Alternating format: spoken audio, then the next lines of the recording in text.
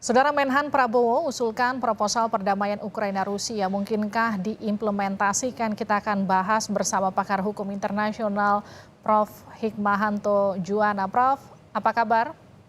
Baik, alhamdulillah sehat. Sehat. Prof, bagaimana Anda melihat usulan proposal damai Ukraina-Rusia yang ditawarkan Prabowo Subianto? Ini relevan nggak? Pertama yang ingin saya sampaikan ya, di Shangri-La Dialogue ini tentu bukan pernyataan resmi dari pemerintah Hmm, bahwa Bapak Prabowo menjadi Menhan, iya, karena ini para Menhan di beberapa negara bertemu dengan para think tank untuk bicara soal masalah keamanan dan lain sebagainya di sana. Nah, oleh karena itu saya menganggap bahwa apa yang disampaikan atau proposal Bapak Prabowo ini bukan usulan dari Indonesia. hmm, Nah, karena kalau usulan dari Indonesia, menurut Undang-Undang Hubungan Luar Negeri, itu disampaikan oleh Ibu Menteri Luar Negeri, hmm. ya, bukan oleh Menteri Pertahanan. Itu yang pertama. Yang kedua, Bapak Prabowo, kalau kita dengarkan secara utuh yang disampaikan, beliau mengatakan bahwa kami Indonesia ini tidak dalam posisi untuk membenarkan atau menyalahkan salah satu pihak. Hmm. Kita tidak ada dalam posisi seperti itu. Ini menunjukkan bahwa Pak Prabowo, Menhan, masih komit dengan politik bebas aktif. Dan ini Yes. sudah beliau sampaikan. Nah, yang ketiga adalah Pak Prabowo menyampaikan yang dikedepankan oleh Indonesia adalah pengakhiran dari perang, ya, cessation of hostilities. Hmm. Nah, itu yang menjadi hal yang utama yang kita harus pahami.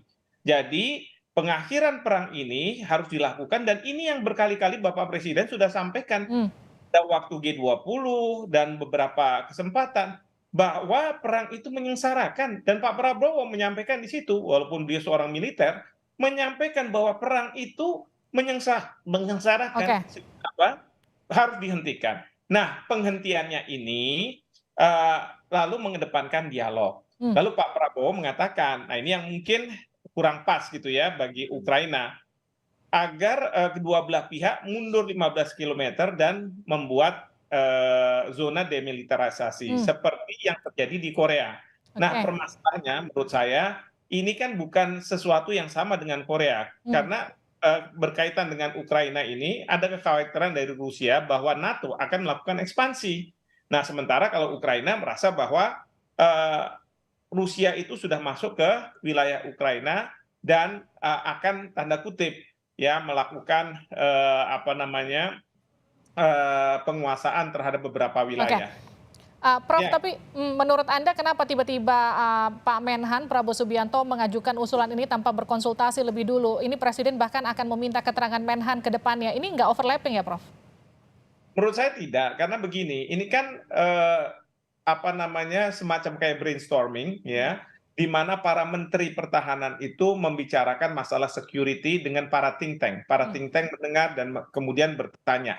Nah, jadi kalau usulan seperti ini menurut saya wajar menurut saya ya bahwa ini bukan merupakan kebijakan resmi dari pemerintah Indonesia. Hmm. Sekali lagi yang jadi permasalahan itu kan mengenai masalah dua hal kalau menurut saya. Ya. Eh, Isu bahwa seolah-olah menyamakan perang di Ukraina itu dengan di Korea. Yang kedua adalah berkaitan dengan referendum. Hmm. Tentu Ukraina tidak akan bisa terima. Kita juga Indonesia juga tidak akan terima kalau misalnya Papua kita bilang bahwa untuk menentukan nasib sendiri bahwa ada referendum. Karena menurut kita Papua sudah final. Hmm. Nah, sekarang yang penting itu jangan dilihat dari sisi itunya, tetapi harus dilihat bahwa bagaimana ingin mengedepankan perdamaian dan yang kedua adalah kontribusi Indonesia kalau PBB mengatakan oke, dalam konteks menghentikan serangan-serangan itu ada ceasefire, ini kan harus dimonitor. Hmm. Dimonitor oleh siapa? PBB, katanya Pak Prabowo. Dan kalau misalnya dimonitor oleh PBB Indonesia, kita willing untuk memasukkan pasukan kita dalam rangka peacekeeping operation di sana. Oke. Dan Pak Prabowo konteksnya bicara, negara-negara Eropa, dengarkan kami dari Asia, karena kami ini bertubi-tubi mendapat serangan, dapat invasi. Beliau menyampaikan Kamboja, Vietnam, bahkan Indonesia sendiri. Ini kita mau bilang bahwa Eropa, jangan kamu merasa bahwa kamu sendirian yang tahu mengenai masalah ini. Hmm. Dengarkan dari kami. Dan kemudian yang Pak Prabowo mungkin sampaikan adalah apa yang terjadi di Ukraina ini berdampak ke seluruh dunia, multidimensi. Hmm. Itu kan yang juga disampaikan oleh Bapak Presiden. Jadi dalam konteks seperti itu masih inline.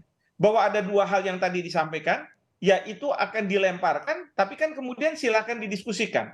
Apakah oleh para think tank, oleh negara-negara, tapi paling tidak Indonesia sudah menyampaikan sesuatu melalui Pak Menteri Pertahanan, walaupun ini bukan kebijakan resmi dari pemerintah Indonesia. Nah, yang jadi pertanyaan saya selanjutnya, setelah Anda melihat poin-poinnya dan kemudian proposal ini diajukan ke Presiden, apakah ini kemudian menurut Anda layak untuk diajukan menjadi satu kebijakan resmi dari Indonesia?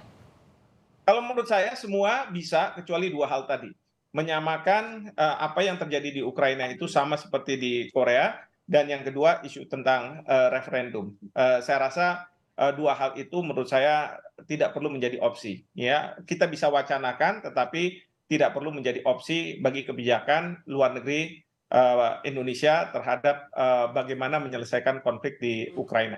Prof, bagaimana Anda melihat respon Ukraina dan juga Rusia? Kalau kita lihat di beberapa media internasional ini kan Ukraina kesannya menolak, sedangkan Rusia nampaknya agak lebih positif dengan menyambut usulan ini. Kalau Anda melihatnya seperti apa, Prof?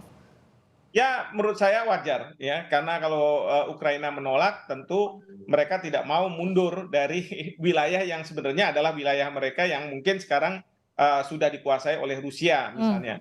Mereka nggak mau, mereka akan mengatakan kami ada tetap situ, dan mereka juga pasti tidak akan setuju dengan ide referendum. Maka mereka menganggap bahwa ide ini sebagai ide yang aneh gitu ya. Tapi Oke. bagi Rusia, mereka nothing tulus. Karena kalau misalnya mereka harus mundur, toh mundur sampai ke perbatasan di Rusia, Hmm. bukan lagi di Ukraina. Dan referendum, ya kayak di Crimea, ya di referendum aja. Mereka juga tidak khawatir, karena mungkin Rusia masih percaya bahwa banyak masyarakat di perbatasan dengan Rusia yang berbahasa Rusia, menjalankan budaya Rusia, dan berharap bahwa mereka akan pro terhadap Rusia. Baik, terima kasih Prof. Hikmahanto Juwana telah bergabung bersama kami di Sapa Indonesia Malam.